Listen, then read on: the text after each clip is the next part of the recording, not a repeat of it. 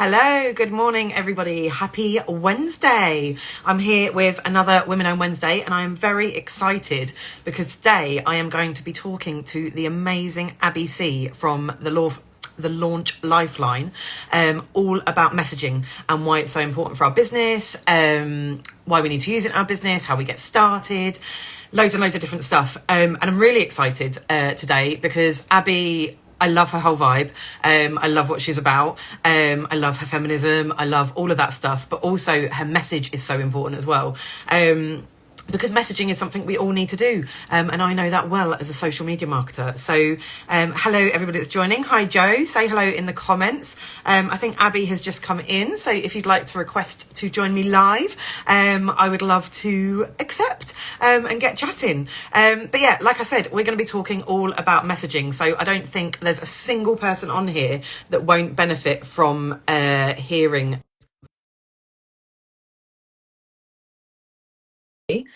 Tech will love us and she will be here soon. Not like last week, which did not go well tech-wise. But we got there in the end. I think she's coming. She's there. Yay! Hello. Hello, how are you? Yeah, I'm good, thank you. I am, like many of us, completely entrenched in Easter holiday mayhem. So God knows what's going to happen in the background today. Oh, well, it's all part of the process, isn't it? And this Exactly. is all part of the fun. Real life vibes. So yeah, I'm enjoying life today because I've just messaged you to say that I've just dumped my kids at the nan's. So I have an empty house and I feel like I've either gone deaf or I'm in bliss. So the good old slam dunk of the children. It's such a good feeling. Yes, yeah. But thank you so much for joining me today because you are technically on your holidays, aren't you? Well, off with them. Yeah, I don't normally take holidays unless I'm going away somewhere, so it feels great. I'm going to do this more. Yeah. It's sometimes just really nice to slow down, isn't it? And just to chill a bit and have slower days. Yeah, it's lovely. But yes, no, I'm very grateful for you joining me today.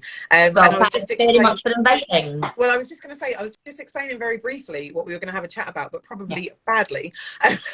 So do you want to just take a minute to introduce yourself and sort of what your business is and what you do? Thank you. So I'm Abi Sea and I am the Launch Lifeline. And what that means is I help business owners, coaches and consultants to launch online. But for that launch to be a happy place, because we've all heard the horror stories of launching, we've all experienced the horror stories of launching.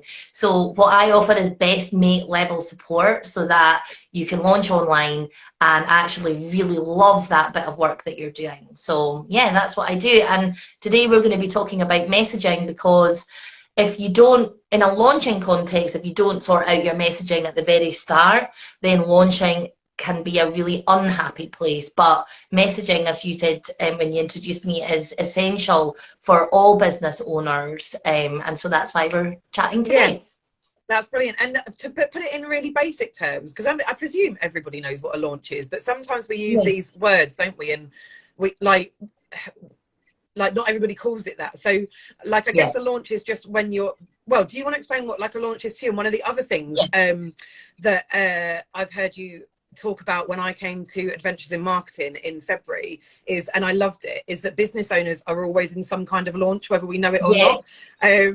So yeah, do you want to talk a little bit about like what launching actually is and what it means? Okay, so launching, it's a marketing term, and we do get exposed to quite kind of overbearing, overwhelming examples of launching where, you know, we see high profile people launching extremely expensive programs and they've got affiliate marketing and all that kind of thing.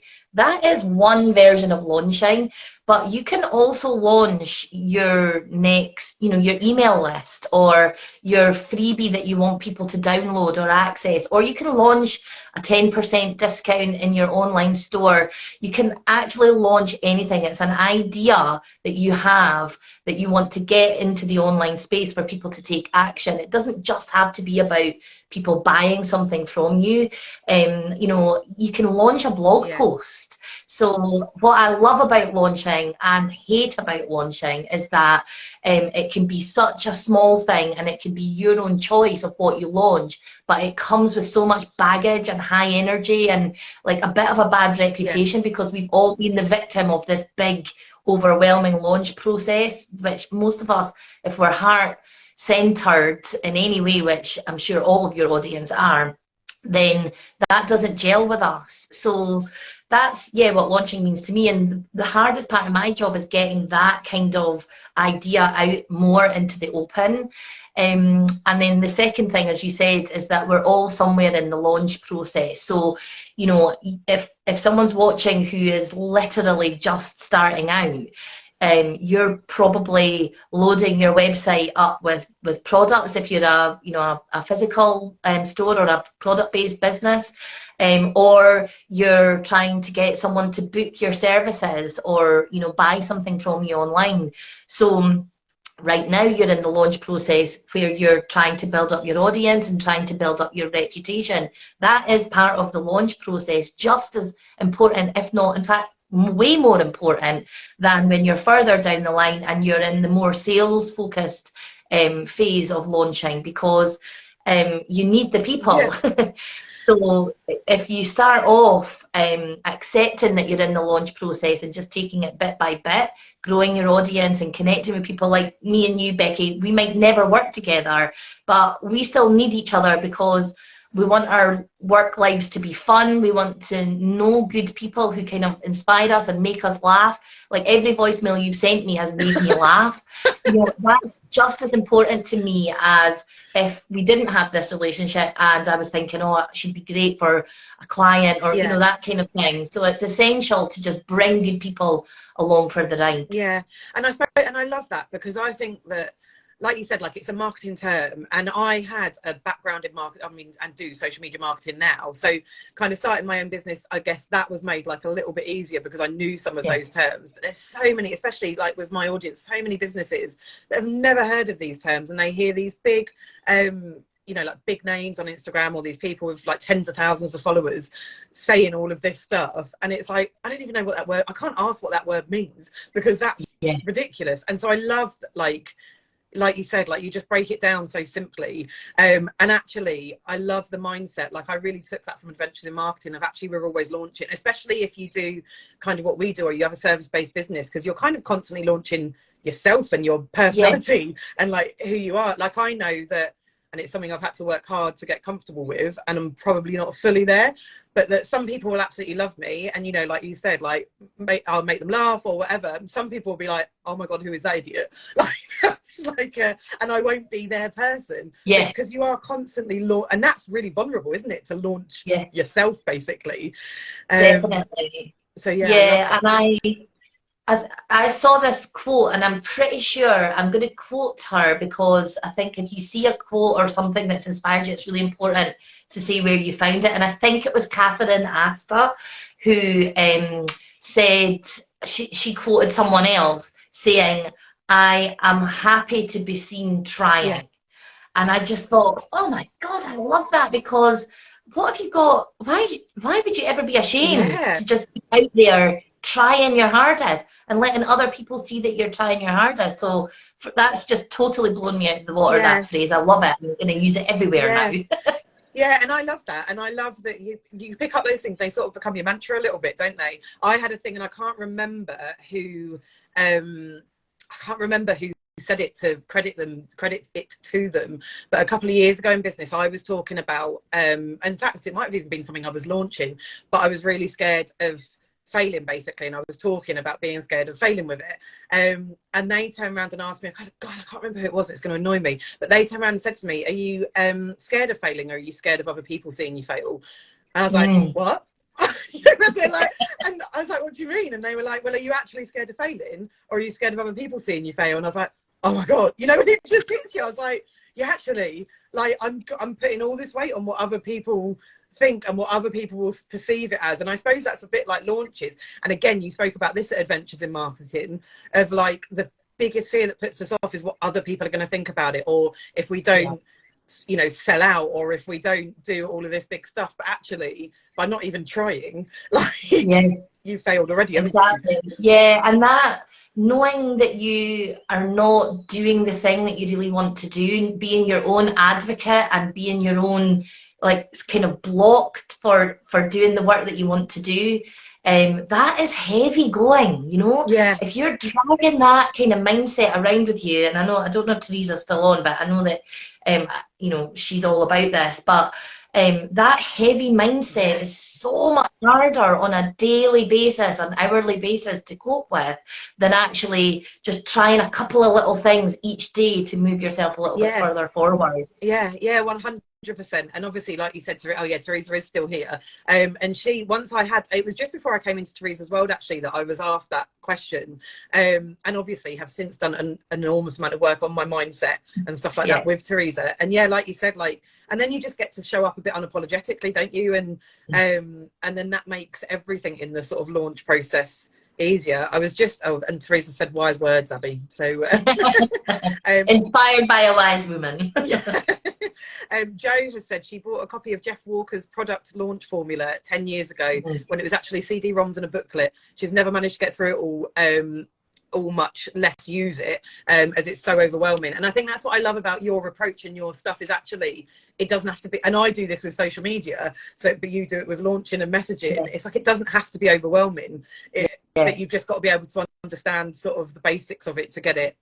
Definitely. And look, I'm not going up against Jeff Walker. You know, I have his book that is 3/4 read on my shelf behind me. You could take it, like he's pretty much Jeff. He's, you know, people like Jeff and the people that are genuinely in his world, they have a place, and you know what they do is really inspiring. And if one day you want to have like a 6-figure launch and big affiliate names actually working for you and working with you on stuff, then like genuinely go for it. But you have to start somewhere, and I just think if that's the first thing that you aim for, and I'm speaking from experience, this is why I'm in this line of work. I am the launch line because I am also the queen of sunken launches, you know. When I first got into this whole thing, I had so many ideas and I was really raring to go. But when you're on your own and you've got the kids and you're trying to squeeze this in to the client work that you're doing, or maybe even a part-time job, maybe even a full-time job, you know, those big, massive launches are just not realistic. Yeah. And so for me, the overwhelm, not knowing what to do next, and that voice of, are you sure this is a good idea? Or, you know, who's going to want to buy this? Or who the hell do you think you are? You know, all the stuff that we have to deal with on the reg is enough to take you down. And so I realised that there's so many amazing people that I meet that have got brilliant ideas, and they don't need a big, massive launch plan. What they need is a best mate to see them through the little bits and pieces each day to keep going. Yeah. So that's why I do what I do. And also, I think, because that's always underestimated, isn't it? Like, I talk about that. Like, that's what makes you so talented as well, because, you know, and this is no shade on Jeff. I don't even really know that much about him. But it's like, well, it's not easy, but it's relatively easy to talk to people with massive budgets and big businesses who want these big launches and can throw money at it, can do this, that, and the other. But actually, the real skill comes in, and I do similar with social media marketing, of like, well, how do you make it work for somebody who's literally like me in their dining room at the moment with their desk? You know, they're just trying to create a nice little life for themselves. They're not necessarily trying to do all of this big stuff without the money. And I think you do very similar things with launching. And actually, I have no doubt that you are more than qualified to go and talk to somebody with massive budget and do these 6-figure launches and whatever.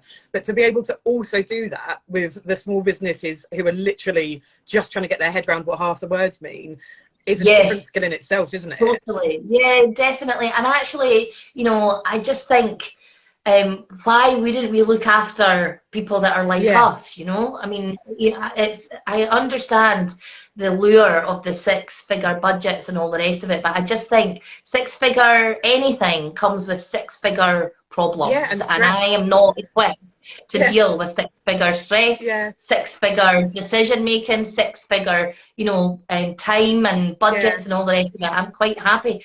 Right now, I want enough, and the people that I work with, they just want to get to launch day so that they can say they've done yeah, it and then see what's on the other side of that. Launch is the wall, and they want to see what's on the other side of that wall. And indeed, if they want to keep yeah, going round and round and making what they've been working on better and tighter and, more solid. So yeah, yeah, but we forget how many times you don't even get to the wall, and yes. that is, that's the bit that's the hardest work. Yeah, yeah, yeah. And that was another thing you said actually in your talk at Adventure Marketing, wasn't it? Actually, the sign of a successful launch is that you launched it. Like what happens Yeah, after that is, part of the process, obviously. But actually, a real sign of success is that the launch day happened, yeah, because so many people don't get there. yeah, So, definitely. It's that's the most successful launch you're ever going to have, is the one that you actually make happen. yeah, And again, I know but for anyone that is watching this that doesn't know me, I'm always talking from a place of experience. I'm not talking from a place of, like I am the ultimate expert and what I'm saying is right. Everything that I talk about is because of my yeah, lived experience, yeah. and that includes multiple failures and many terrible choices. Yeah, it's part of the process, isn't it? And Yeah, it's not even exactly.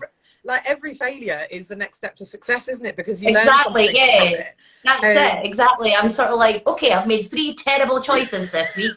Here we go. Close to making a good one now. One step closer. And Joe's put, and I'm sure Joe won't mind me saying this because I know her well. So Joe is from the Little Foodies Club, and she's put, "I love, love, love that as a measure of success." Oh, And like it's so true. And Joe, what I said, I'm sure she won't mind me saying, is a lot like me. Will overthink lots of stuff yeah, and be like, no, yeah. or wait till something is perfect, or do that with lots of different stuff. And actually, I think when we sort of adopt the mindset of actually launching it is the success, like that's a milestone, and then obviously anything that happens after that is a credit to our hard work and whatever. But if we don't actually get to that point, then nothing happens, does it? So Yeah, that's it. And we're all the only person that is ever actually judging us is ourselves. And if yes, we continue to not do the stuff, then we're just strengthening that voice that we're rubbish, or we're failures, or that we don't deserve to do the work. And we bloody deserve to do the work. Why yeah, should all of the I call them it's like fake twattery out there. yes, that's There's so much fake twattery out there. And why do they get the wins? yeah, They don't deserve the wins. We want people who are yeah, soulful and honest and genuine and who give a shit about what they're doing, and we're the ones that deserve the yeah. wins. No, definitely. And I love that you've just reminded me when you said about earlier, I was meant to say it and I forgot within the seconds, but when you said when you hear something and you love it, you should credit it to somebody. I keep using fake twattery everywhere and telling people it's come from you. I wasn't messing when I said I want it on a t-shirt. Well, I was only half messing when I said I was going to start up a gang, so like, we're nearly there. Well, yeah, no, definitely. I was just going to say as well, because Annie's just come in and said she's late to the party. Annie, if you do get a chance, go back and watch the beginning of this, because Annie has done loads of amazing launches recently that she probably hasn't given herself credit for. Yeah. And it was a lot of what you were talking about, because it's not necessarily this big, huge stuff, but she's launched a new website. Yesterday, she launched some colouring sheets for people, and has done lots of like little things. So, but that have all been really effective. So yeah, go back and watch it if you get a chance, Annie. Sorry, Annie, I just called her Ali. It's fine, I'm sure she'll take it. She's not easily offended. Yeah, you just saying about starting a little group, that because another thing you say is it real life vibes, as if you're trying to start sort of like a movement around it. Do you want to explain a little bit what you mean by that? Because again, I've heard you say it and I love it, and I just think we need the message spread out there. Yeah, I mean, it's like a really simple message, but you know what? So many people remember it and love it, and that's why messaging is great. Yes. Because it really kind of connects you to the right people. So we'll talk about that in a sec. But so obviously the pandemic came along, and I had some big personal challenges going on during that time. Like obviously we all did. But I lost a couple of really close people to me, and I was getting to the point where I was feeling like I was sinking. And anytime I went onto social media or tried to get myself out of that like really deep place that I was in, the only things that were coming into my newsfeed were like, it was just like gross stuff, basically, you know, people still flaunting their, you know, nomad lifestyles, working from their hammocks. Hello, bloody back pain for a start. You know, like working from yachts, all this stuff. You know, their main message was people are still buying. And I was like, well, actually, that is, of course, true. But what about all of the hundreds of thousands of millions of people who are really struggling with all of this because they've got big things happening in their lives? And not least the fact that we were all homeschooling and running businesses or whatever we were doing at the time. And, you know, it nearly toppled me over, you know, the salmon pink graphics, the, you know, like people just literally churning out platitudes and just absolute bullshit, basically. And it just felt like it was like they were just churning out low-grade sausage meat into social media, and we were all suddenly supposed to be inspired by that or believe them. And I mean, it nearly got me. And Nikki Hutchison, who we both know, she's my co-host for Adventures in Marketing and a really good friend of mine. I was working with her and in her business, what do you call it, Accelerator, the charge. And I was, you know, I had this constant list of things that I didn't want to be. I couldn't handle the sausage. I just needed to, you know, I didn't want to be that. And I felt like the place was so noisy that I didn't want to contribute to that. And she was like, well, great, you've got this list of all the things you don't want to be. What do you want to be? And I thought, I have never actually thought this through. I have no idea what I want to be beyond everyone's best mate when they're launching. And so it was from that bit of work, that conversation, that like really shit place. I hope you don't mind me swearing on your page, by the way. It was from that place that I thought, well, what I really want out of these connections that I'm making online is reality. I want to meet good people that make me laugh, that are going through some of the same things that I am or have been through that stuff, and really want to create a community based on genuine, you know, authentic, you know, that word gets used a lot, but if you take that word to its real essence, like being genuine, being authentic and open. And that's when I realized that the only thing I can be and want to be online is exactly who I am.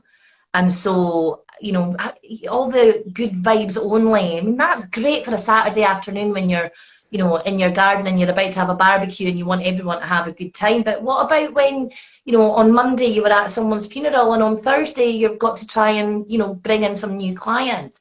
Good vibe, you know, good vibes only is not a strategy to inspire people and get them actually through what they're going through. So that is where real life vibes comes from. And I love that. And I do love the like sort of essence that you're so passionate about it. And I think I've been the same. Like, I'm really passionate. I talk about like normalizing the highs and lows of being a mum, woman and business owner, and actually admitting that sometimes it's a big sack of shit. Like, and like even with mum life, and I less so on my business account. I used to do it a lot on my personal account, but even over here, actually sometimes it's really shit. Like, and it's and you know, I've spoken to sort of marketing experts, whatever, in the past, where they say, you know, like, people don't care about you and the personal stuff, and you know, not to put too much out there because people get this impression of you if they're asking you. No, I was like, they'll get an impression I'm a real person. Like, and actually, if they start working with me, they're going to get that real person because I am. Like, that's what it is. So I love that, and it's not about being positive or negative or either or. It's literally about being real, isn't it? And being quite honest about it. And people are. Yeah, people are loving yourself enough to be honest. And you know, sorry, I keep interrupting you, but I'm like really, really passionate about this. But it's making it normal, because that's why, like I've said, like I haven't necessarily, mine was always like the normalizing, because actually, and I do get, I mean, I don't get me wrong, I don't get like hundreds of messages, but whenever I put anything out there, I probably get a handful of messages from people sort of saying thank you so much, because like, or I needed to hear this today, or you know, and actually I think the more of us that that do it in a very different way. Like, I've spoken very openly about my husband's mental health and what we went through a few years ago, and I do, like I said, it's not in their hundreds, but I do get a handful of messages whenever I talk about it. And actually, just knowing that you help someone know that life is, you know, rocky, isn't it? Like, there's good, there's bad, celebrate and commiserate when you need to. And sometimes it is just about keeping your head above water. Like you said, if you've been at a funeral on the Monday and you're trying to sort your work shit out on the Thursday, it's just about, you know, doing what you can. So I love it. Totally. Oh, thank you. I mean, you know, we just need to normalize that. And you can go too far the other way, you know. You know, instead of the sort of fake twattery, there's like this intense vulnerability. And I think people can get a little bit trapped on that side of the spectrum as well. And what we forget is that we're not just trying to make friends on, you know, in the business context of social media and marketing. We are trying to kind of grow our communities and our own kind of authority and get people to like us enough to want to know more about us. And so this vulnerability and like, this is real life vibes, and it's like nothing but hell, then, you know, so it is a fine line. And I don't want people to think that the only way to do real life vibes is to, you know, be like, I mean, you should actually see my office right now, but, you know, like every single day of just showing the darker side of this journey that we're on. But yeah, the balance is important. And I think I've mentioned this before. When it comes to all this stuff, it's just like, imagine what you enjoy when you go to a party. You know, I've talked about you can be the party bore if you keep going on about the same thing all the time.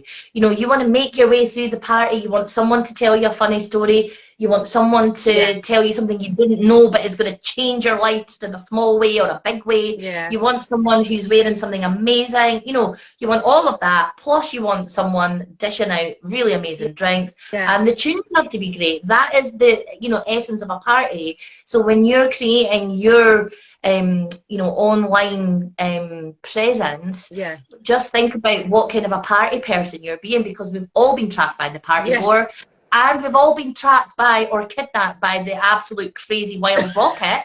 And, you know, both have their place, but you don't want to be always with that one person. And it's about, because I had this conversation actually with somebody the other day that I was talking to about their social media, and they were asking me what they should, like, it's a personal brand and how much of themselves they should show and all of that kind of stuff. And actually, you know, like, I'm that person that I get asked a question and I ask 100 questions back, because I'm like, actually, I can't tell you how to do it, because it's got to be about you. It's got to be about you, which will lead us again on to messaging in a bit. But it's got to be about you. It's got to be about who you are. What I do isn't right. What I do is right for me in terms of what I'm comfortable with in my life, what I want to share, who my audience is, like all of that kind of stuff. And so it is. And I hate the word authentic now, because the word authentic is so important to me, but it has become a proper buzzword. But like you said, if it comes back to the essence of what it actually, like, dictionary definition is, it is about you and how you show up. There's a couple of comments just agreeing. Teresa said, if you went around being happy all the time, you'd look like a psychopath, which is true. Like, what has she got to be so happy about? What is going on behind the scenes? You want to meet her when she's off camera, because that's Annie's saying I know Annie shares a lot about her son's health issues and gets lots of messages, but again it's in fitting with like who your audience is and who Annie is as well. Joe has said the Yale University course on happiness, which I think is still free online, shows that the science definitely says that permanent positivity isn't sustainable or even helpful for our brains. So it's just about being, well, real life vibes, isn't it? Exactly. I love your people, by the way, Becky. Everyone's got such insightful comments. I have a very philosophical, intellectual audience. But also it's like the real life vibes of what you need to do, isn't it? I had a live with someone about this the other week. Well, we were chatting about stuff, and I was saying I had like a really tough end to last year, but you wouldn't have necessarily known that me showing up online, because I wasn't coming on and going, oh, and everything's so awful because this has just happened. Help me. And I shared a couple of things. I remember sharing a video of me swinging on the swings at the park after school run, because it was like this release of like happiness. But it was showing up and saying, do you know what, like this stuff's gone on or whatever. So which kind of leads us nicely into messaging. And I guess you touched on it a little bit, but what is messaging? So, you know, like where you explained launch in really simple terms outside the marketing, what is messaging and why is it so important to businesses for anyone who doesn't know? So it's, again, this is all open for personal interpretation. So, you know, a marketing graduate or a marketing leader or expert would have a much more defined answer to that question. But what messaging means to me is, well, it's basically everything that you present, well, in this context, online, or actually anywhere in the world about your business and who you are and what you do. So it's not just the words that you say, but it's the way you choose to say them. So, you know, you and I are obviously not corporate. That's either a deliberate or accidental decision that you and I have made when we communicate about our business. It's the colours that we choose to use, it's the vocabulary that we use, the branding, the name of our businesses, all of that. It's basically the whole package, and that's why it can be a bit overwhelming and easy to just kind of not really think about, because you can take tiny little bits of messaging and turn that into a whole strategy. So obviously what you say in your social media content, that is part of your messaging. The colours that you choose to use in your logo and your graphics and, you know, anything visual, that you can break that off as a little part and go down that strategy route. But it still comes down to your messaging. So it's basically how you pull everything together so that people can perceive you in a certain way and feel something about what it is that you have to offer and how you offer it. So it is a big one. But I love it because you do have to think about it, don't you? And I love what you said about neither of us are corporate, and both of us are both, well, in fact, very much the opposite of corporate, like not even just not corporate. And when I sat down, when I had my branding done a couple of years ago, that's one of the things I said. I was like, I don't want it to look corporate. I want it to be very colourful. I want it to be fun. I want it to be like this, that, and the other. And thinking about you chatting then, I was like, actually, I don't even think I'd really grasped at the time, like how, like you said, like it's actually everything you do and put out there is your messaging, isn't it? It's not just about your emails or your newsletters or your social media posts or whatever. It's literally every vibe you give out is part of your messaging. And what's great about messaging is that you can accidentally stumble into some parts of that just by, you know, like choosing colours that you like for your logo. You know, I mean, that's how I am mad, insane, crazy for yellow. So I was like, well, of course I'm going to have yellow in my branding, because otherwise, like, no one in my real life would even believe that it was me. You know, so that all just comes about organically. But with messaging, you have some real opportunities to create really strong connections with people by intentionally thinking about some of the things. And a lot of that comes down to, oh great, there's my phone going off. That's fine. You can't decline that call. That's normally me. So oh god, I've just totally lost my track. So yeah, a lot of it comes down to the words that you say. You know, if you're thinking about how people connect with you as a business owner, most of all, obviously we're really Instagram heavy here, but you know, even in your website, whatever the main place is that you're hoping to attract your people, get your messaging right in that place, and then you'll start to see, oh, actually, my logo doesn't look like how I want people to feel with these words, sort of thing. So then you can kind of backtrack a little bit, but doing some of the messaging work, especially around your key messages, is like it's a free tool to make intensely positive connections with people. So why not do it? Yeah, and colours. Like, you know what? I've got a client. I don't know if Michelle's still on at the moment, but she does social media advertising for people, and she's big on the psychology of colour in messaging and in adverts and all that kind of stuff. And you saying about yellow, like it is your whole vibe, because we've just done a post on that and we looked into it a bit more of like all the psychology behind it, and it is like vibrant, happy, fun, like all of that kind of stuff, isn't it? And which is again exactly what you're trying to make people feel with your stuff. So somebody was literally just getting started, or there's people on here who've never really looked at their messaging before, like they might not just be getting started, but they've never consciously thought about their messaging, where do you get started with that? Like, how do you even begin? What would be your first thing to do? The first thing to think about is genuinely, what do you want your future clients and customers to feel? How do you want to make them feel? What do you want them to feel? Suddenly my grammar has just left the building.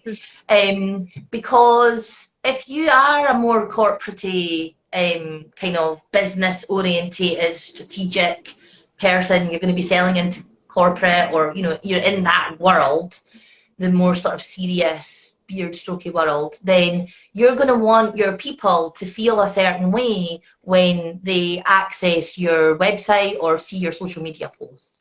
But if you are a childminder and you have like a massive community of childminders around you already in the town that you live in, then you want the people who are accessing your website and social media to feel something completely different. Now, what's interesting is that this corporate person's client could be exactly the same person as the childminder's client, but the messaging is totally different.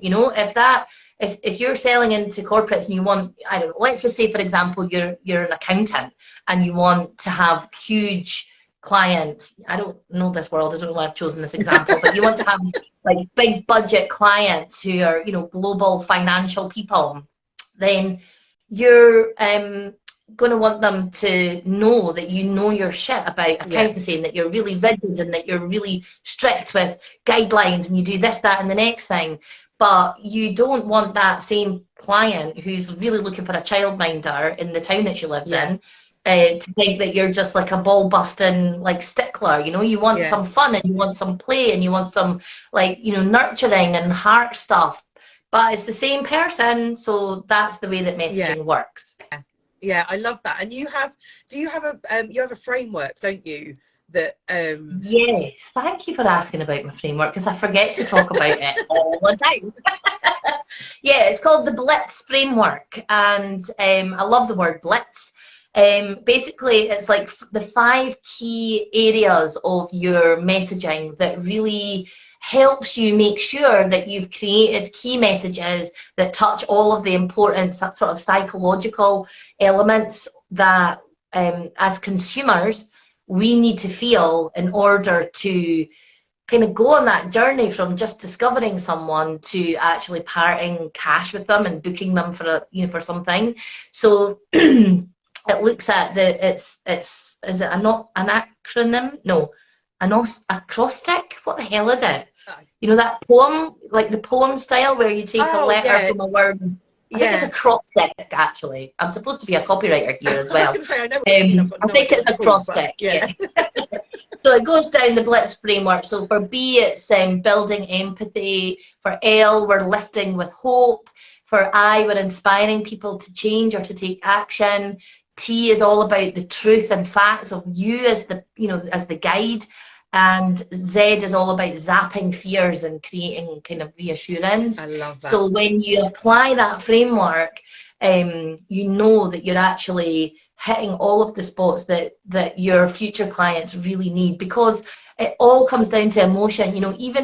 Sales comes down to emotion, but so does connection. Like, you and I are now pals because we had like an emotional connection when we met at Adventures in Marketing. So if I gave you a different vibe, we wouldn't be talking today. So even if sales isn't the ultimate goal, it all comes down to emotion. So the Blitz framework helps you hit all of those points, but most crucially in a non-sausage grinding, churning out, fake twattery way. And I love that, because like you said, it's not, with some of the messaging, it's not even about like, say for example, like with me, whether I'm going to work with you or not in the future, or whether you'll work with me or not in the future is kind of a by the by, but actually your message has come across to me. So now if I meet somebody who's looking at trying to sort something out, I go, oh my god, do you want to check out Abby's thing, because like this is brilliant. And I've got lots of the people on this live, when people say to me, I'm like, oh, you want to go and check out Joe's little foodie stuff because it's brilliant. Exactly. So the messaging, like you said, like obviously the end goal is always the sale because that's what you're Yeah. working towards. But actually, yeah, like you're probably your biggest sellers if you can get the messaging out to just to get people to love what you do, whether they're going to buy from you or not. They will tell more people, won't they? Naturally, if they like you and they Yeah. like what you Totally. do. And that's the thing, like you have no idea where your next client or customer is coming from. You know, at Adventures in Marketing, some of the speakers that we had that day came from me going to Janet Murray's event in November and just sitting at a table with Natalie Lou and Karen Arthur and, you know, like meeting Yeah, some lovely people that day and, you know, having conversations with them. In no way were we having conversations about yeah, work or how we might work together. Like that didn't come across at all, especially not yeah, with Nat and Karen. But we had such a great time and made such, yeah, you know, emotional yeah, connection that when it then came to planning an event, I knew Natalie's message. yeah, I knew how she was going to come across. I knew what her vibe was, and the same with Teresa. When you know, Nikki and yeah, Teresa were really close, and so it, you know, it all just comes that way. If Nat had known that I was potentially looking for speakers, she might have approached it in a completely different way. I don't think she would have, yeah, but you know, like she might have, yeah, and so that connection wouldn't have been there because it would have been false, or it would have been forced, yeah, or there would have been a different kind of almost intention behind it. yeah. So it comes down to real life vibes again. Yeah, and you're right as well, because it's the same as the you know, like this live, like I obviously came to, after I'd met you at Adventures in Marketing, I came to you, and what's really interesting with that, and I'd said to you, didn't I don't do them in the school holidays, and I'd filled them pretty much to summer Yeah. holidays, but I came to you and I was like, I just loved what you said and I really want to talk to you, so Aww. would you do it in the Easter holidays? And you're right, like when we chatted, you had no idea that I did Women Own Wednesdays Yeah. or that whatever, and you do just get that, the vibe of it. I love that. I love all of that. Yeah. I honestly, I said to you before we went live, I could chat all day, so I do need to be really conscious of time. Because I love that you know that about yourself. well, yeah. There was one more thing that I wanted to ask you though, and I know Yeah. it's something that lots of people struggle with from being on coaching calls and Teresa's membership and things that people ask me about. How do you make email lists and send in regular emails? Because you send regular emails, don't you, to your list? In terms of your messaging, emails can be really hard. How do you make it an enjoyable experience for the reader? Because I think lots of people worry that you know, like I hear people say, oh, they don't want to send too many emails because people get bored of them, they don't like their inbox being spammed, where really I guess the truth is, if your emails are interesting enough, people are going to read them and not unsubscribe. Where do you start with that? So it is a difficult one because we are approaching it with the mindset of what we like and what we find acceptable in our inboxes. And you've kind of almost got to take, like, what people think of your emails is none of your business, you know? You've actually just got to write it and send it out and see what happens next. I think the switch flicked for me when I recognized just one person on my list that I really wanted to connect with. It's not the same person every week, but you know, I try really hard to just write to one person. And you know, I don't make it all about them in terms of the sort of personal detail, but you know, maybe I'll have had an email last week from someone who's told me that they're feeling a certain way. So I'll write back to that person in my email, and then there's a purpose, there's an intention, there's a real person at the end of my email in my mind that I'm creating this content for, because it's all about value, isn't it? So if you can write to just one person, almost even write, you know, Dear Becky at the start of it, so that it feels like you're actually doing something of value. You're not doing something that's, you know, like pushing people's buttons or making them, you know, feel a bit ugh. So that's the first thing, is value and kind of personalization. And then the other thing is to just remember that people have signed up to your emails because they don't want to forget you. I mean, that's why I sign up to emails. Yeah, I'll download the free guides and all the rest of it. Do I use them? It's quite unlikely. I just don't want to forget someone, and I know how fast-paced this all is. We do forget. So people have asked to hear from you, and they will absolutely let you know if they don't want to hear from you again. I mean, I actually had a client I'm currently working with unsubscribe from my email last week. I was like, oh, fine.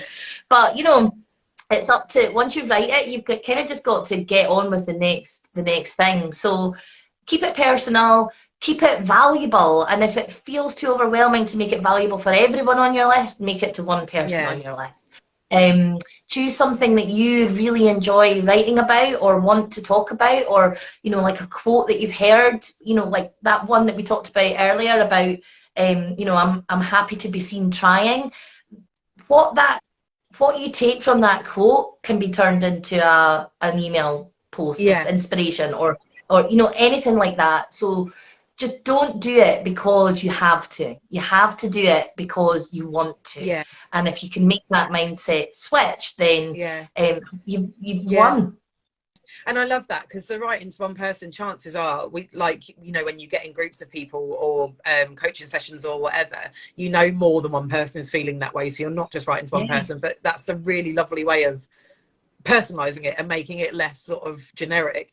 Joe's just said Yeah. as well, that's a good way of putting it. I do sign up. Yeah, and I've not thought about that actually before with email lists. Sign up not to lose contact with somebody, because Yeah. like you said, you do get lost in the algorithm or the feed or whatever, but Yeah. you know, if that communication is coming in regularly, that they're always going to be popping up in your inbox. Yeah. And I think as well, we're all guilty of thinking that an email has to be absolutely phenomenal every single week so that we can keep people reading our emails. Now, Yeah. I sign up, you know, some of the people that I've signed up to are my favourite people in this world. I hang off every word that they have to say when I can. So I'm not reading every single Yeah. email of people who, like, I've got a massive crush on. So take that right out Yeah. of your mindset, because you can do the best emails in the world and people will not read it every single Yeah. week, you know. So take that Yeah. pressure out, because that's not what you do for a living, is Yeah. write emails. What you do for a living is something completely different. Yeah. So don't put so much pressure on yourself. There's a brilliant quote. Do you know George Kao? Kao. Don't think so. He's lovely. He's all about authentic content and authentic marketing. And he says, when it comes to creating content, obviously emails is part of that. Bless it and let it go, you know, because you've got no control over what happens once you hit send. Yeah. So give yourself an easier time by not making it this, you know, like PhD that you have to get absolutely perfect. So at the end of the day, what is really riding on it? It's whether someone stays or someone Yeah. goes. And, you know, as we all know in this world, when someone goes, someone else Yeah. comes along. So that's really... Yeah, it's the same as followers, isn't it? And what we were saying earlier about sort of showing up as yourself. Like, I've got a lot tougher skin to losing followers or people unsubscribing or whatever, because realistically, they're not my people. Like, if they don't want to hear what I'm saying, then they're not my people, and that's okay. That's not about me. That's not necessarily about them. It's just, you know, they want different things. So, yeah, I love that. I really love that. But yeah, I am conscious of time, especially because you are on your Easter holidays. Let's get back to I've got a very important event happening after this. I'm taking my daughter and my niece to get their ears pierced. So yeah, which is very, very exciting. Yeah, there's like big emotions going on today in the house. But anybody who has been watching, so please go, if you don't already, please go over and give Abi a follow, because she is wonderful. And it is a lot of real life vibes over on your stories and on your grid and all of that kind of thing. I'm guessing, and I could probably easily say you'd be more than happy for people to drop you a message if they wanted to. Oh yeah, I love it. I love hearing from people. It's so exciting.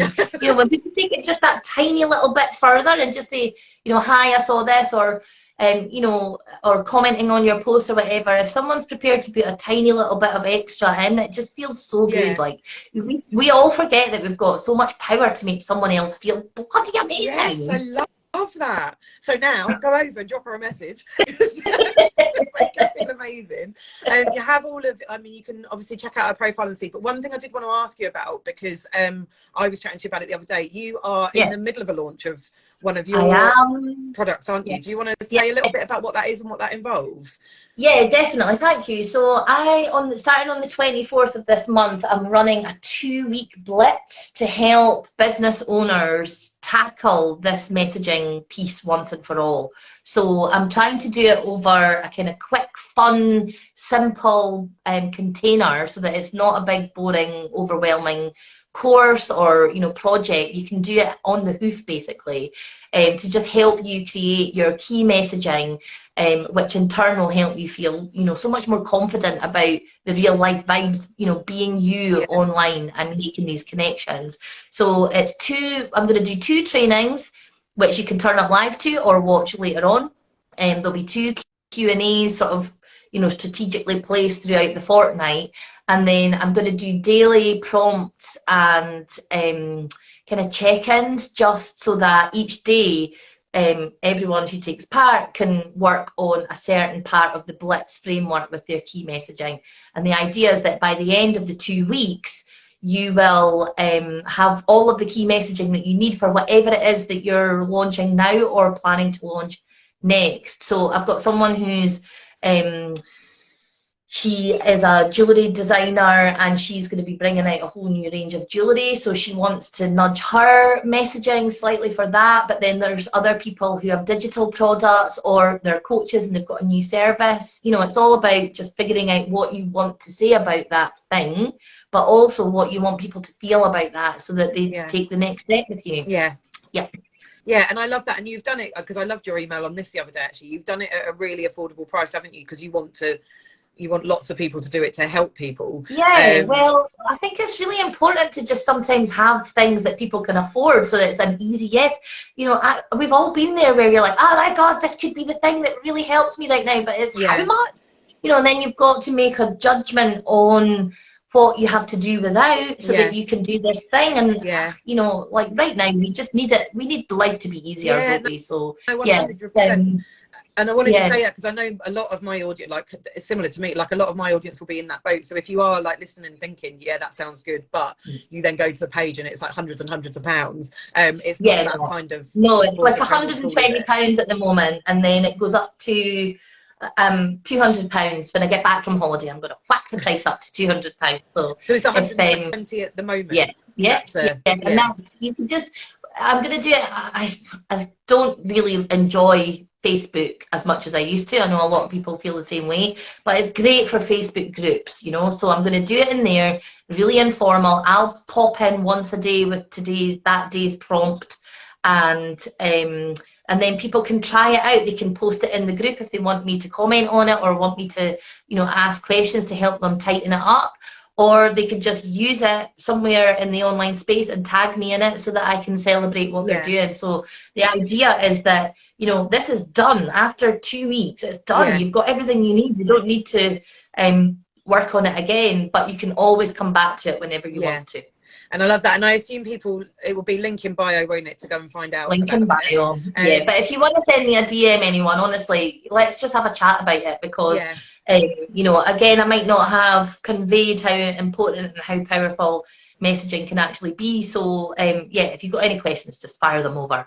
Yeah, perfect. Well, thank you so much for joining me today. I absolutely loved it. It's been lovely. I actually could have done this for another half hour, because I've got about 50 questions to ask you.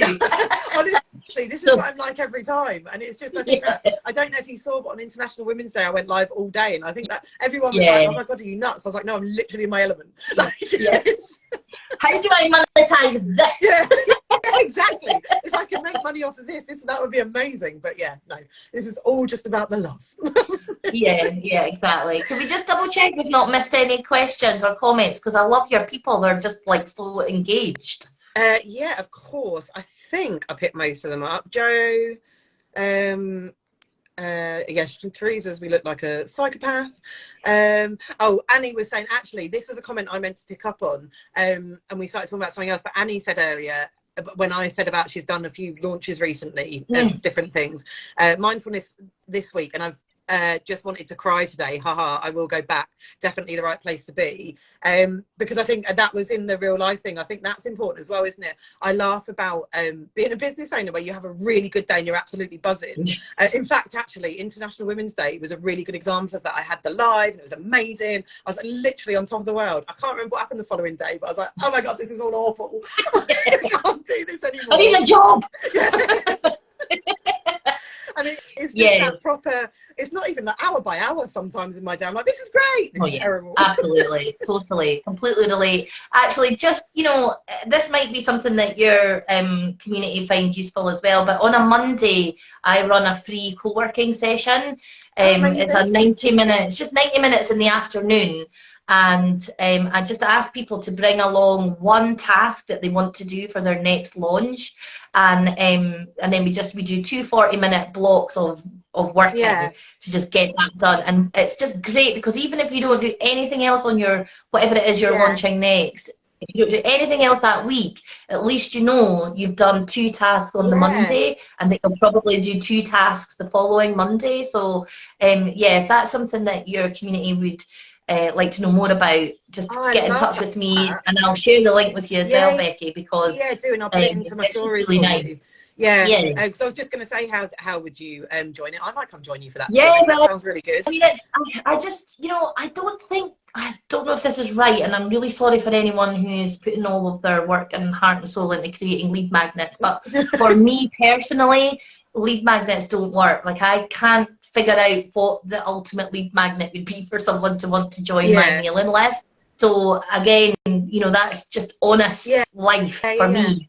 So this is kind of in place of a lead magnet, just come and actually let's work together with no questions asked. I don't do any pitching or selling in the session. It's just that it's like-minded people who just actually want to see some friendly faces while they write some emails, or even just kind of plan out what they want to sell next. No, I really like that. And to be honest, somebody asked me the other week, actually, I have to try and remember who it was, but about co-working opportunities. Because it is just lonely, isn't it? So even if it is just getting your head down and like writing that month's emails or whatever, I love that. Totally. And it's an hour and a half, and hopefully it finishes just before the school run. So some people do have to dive out quickly to go to the kids or whatever, but it's just a really nice gift that you give yourself on a Monday, because we all know that we want to work on certain things, and we just don't schedule that time in, or it turns to custard and we just can't do it. So even if you come and just do one of the 40-minute blocks, it's a good thing to do. And can they find that over on your link in bio? I'm just going to add that to the link in the bio today. So it should be there. But again, just hit me up in the DMs, and I'll make sure you get an invitation. So we're starting next Monday. I'll be back. Oh, that's perfect. Not next. Next Monday. I love that. One of the other comments that I just saw, we didn't say, which you've kind of touched on, but I do think it's just important to make a point of. And Joe said, I found that it paralysed me. If I can't do this whole circus, then I can't start at all. And I think that was on your, just getting to launch day, or just. And one of the other things Joe said, actually, where is it? Let me find it. Much prefer a flexible approach to small business, but she said something somewhere, to have to find it, about like the perception of small and big launches, and actually looking at it you shouldn't look at it as a little launch, because every launch is a launch, but even if it's a tiny thing that you're launching, it's just as valid as anything else. And I think that's what I love about your vibe, is it is about like actually, and it's celebrating the little wins, which is why I mentioned Annie earlier, because they're not little wins at all, they're huge big wins doing some of this stuff. But so I think a lot of the perspective around that. Well, we talked about the weight, the intensity and the heaviness of not doing the little things to do the launch, and how you can feel like you're not your own ally, you can't even rely on yourself in this hard work world, you can't even support yourself to do this. So the flip side of that is, with all of the sort of smaller, less formal, more kind of comfortable launches that you do, that's like a daily tick or a regular tick, that you are the person that you can rely on, that you are the person that wants to do the thing and is capable of doing the thing. And so, if you weigh it up, that negative, heavy kind of dragging yourself through this big, massive launch that you've been told to do by a man in America who has no bearing on you and your life, then that takes up so much time and energy and leads to one result, whereas the little informal launches and tasks and doing the little steps here and there leads to a completely different outcome. And it's really important to remember that, because one will take you somewhere and one will keep you completely stuck. And what you said about the little launches being valid, You know, I've launched a few things and I've worked with lots, you know, like actually hundreds of women now to own their launches in different parts in different ways. But like my most successful launch was when I launched my mailing list. And over one weekend, I got 16 sign-ups. Now, I know that these big launch gurus are going to go, oh, okay, well done on that launch. But, you know, on the Friday, I had no one on my mailing list. And by Monday, I had 16 people on that mailing list. And all of a sudden, I needed to step everything right up because 16 people were now giving me permission to say some stuff Yeah. to them on a weekly basis. And what a massive thing Yeah. to catapult the next steps. Yeah. You know, like who knows what the ultimate outcome is of that Yeah. tiny little insignificant launch of launching my mailing Yeah. list. You know, so that's Yeah, really and I love important to that remember. because I think people get really hung up on, like, you know, follower numbers and size. Not that you follower numbers are obviously way more visible, but like Mm. sizes of lists and that kind of stuff. And I know it's something Teresa says a lot in the stuff that she does around list building. But actually, it doesn't matter if you've got one person on your list. You write to that one person. And we've spoken a lot in, like, obviously I'm part of Teresa's mastermind, and we've spoken a lot about like open rates and stuff like that. And they, you know, you can have people with thousands of people on their list but with a really low open rate. Remember Teresa saying to me, what's your open rate? And I said, I think it's about 60%. She's like, what? I was like, my list is only like 150 odd people, bearing in mind that I've had it for like a year and a half. So it's not huge. I mean, it's still, like, sometimes I look at it, I'm like, that's still 100. I think it's 165 now. Like, that's still 165 people that want to listen to what I say. I And mean, like Teresa was like, if they all came round to your house at once. Exactly. I say that a lot with followers, and I love that. But actually, like, of those 165, 60% are opening it. And then I did something the other day where what was it for? But basically it was asking them to click on a link. So I'd done a lead magnet actually, and it's interesting what you said about whether they work or not. And I didn't get an enormous amount of sign-ups from the lead magnet, but when I sent it to my email list and I just sent it with a link, I had like a 15% click rate, and I was like, oh my god, like, so they, you know, they weren't new subscribers because they were already on my list, but actually it showed that it was sort of adding that value. So sometimes I think you can have much bigger lists, but hardly anyone's reading it. So it's, you know, totally. Well, I mean, I can actually testify to that because I did, you know, one of those digital bundles last year, and it was a massive learning curve. I'm so glad I did it. But it boosted my mailing list to beyond anything that I could have hoped for. Like, I actually shat myself when I saw the numbers. And because then you're like, oh my God, how do I keep them all? And how do I get them all to open my email? And, oh, I don't know them. You know, like all of the people that I had on my list, I had about 200 people on my list. Like, I felt like I knew every single person in there. And then all of a sudden, you know, like I think it was like 1,300 people signed up because they'd, you know, joined this kind of digital bundle. And I was like, oh my God, I don't know anything about these people. What do they want from me? You know? And then there was like this little bit of time where I suddenly thought, I can't be me because they don't know me. And then, you know, mindset wise, dragged myself back to my actually lovely, I just totally adore my 200 kind of OGs. And just kept writing for them. And, you know, there's like hundreds of people on that list now who I don't think have opened any of my emails.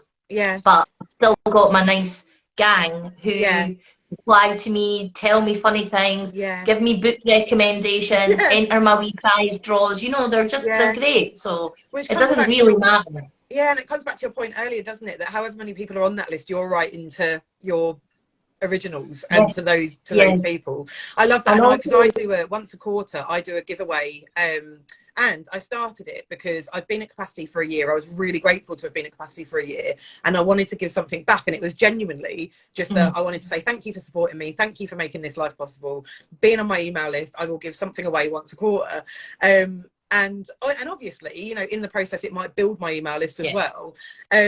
And the first time I did it, it did build my email list quite a lot. And then as soon as I'd announced the winner, loads of them unsubscribed. And I was like, oh. That was like and then I had to remind myself, I was like, no, remember why you weren't doing, I mean, you do want to build your email list, obviously, because we all do. But so there's also those people, isn't there, of like, they're there for the freebie and they don't want anything else. And it was that kind of coming back to like, oh, okay, actually, yeah, you need to get over that sort of when people go, that's fine. If they only wanted the freebie, that's fine, and they've got it and whatever. Totally. And also, you don't know who the most important next person is on that mailing list. You know, like I don't know if you've heard me talk about, and now I'm really conscious of hoovering up all your time. Oh, honestly, I could sit here and chat all day, but I will. I've talked about the anti-test before. When I first started as the Launch Lifeline and, you know, creating content around launching and messaging, I only had like a handful of followers, one of whom was one of my aunts. And, you know, she was not my ideal client. She was retired. She had, you know, absolutely no interest whatsoever about launching. And, you know, she just gave, you know, she cared about me. Yeah. So she would be there for my lives. She would comment on my posts. It was just so adorable. And then another auntie joined the ranks as well, different side of the family. And, you know, they were kind of following along to see what I was up to and supporting me and everything.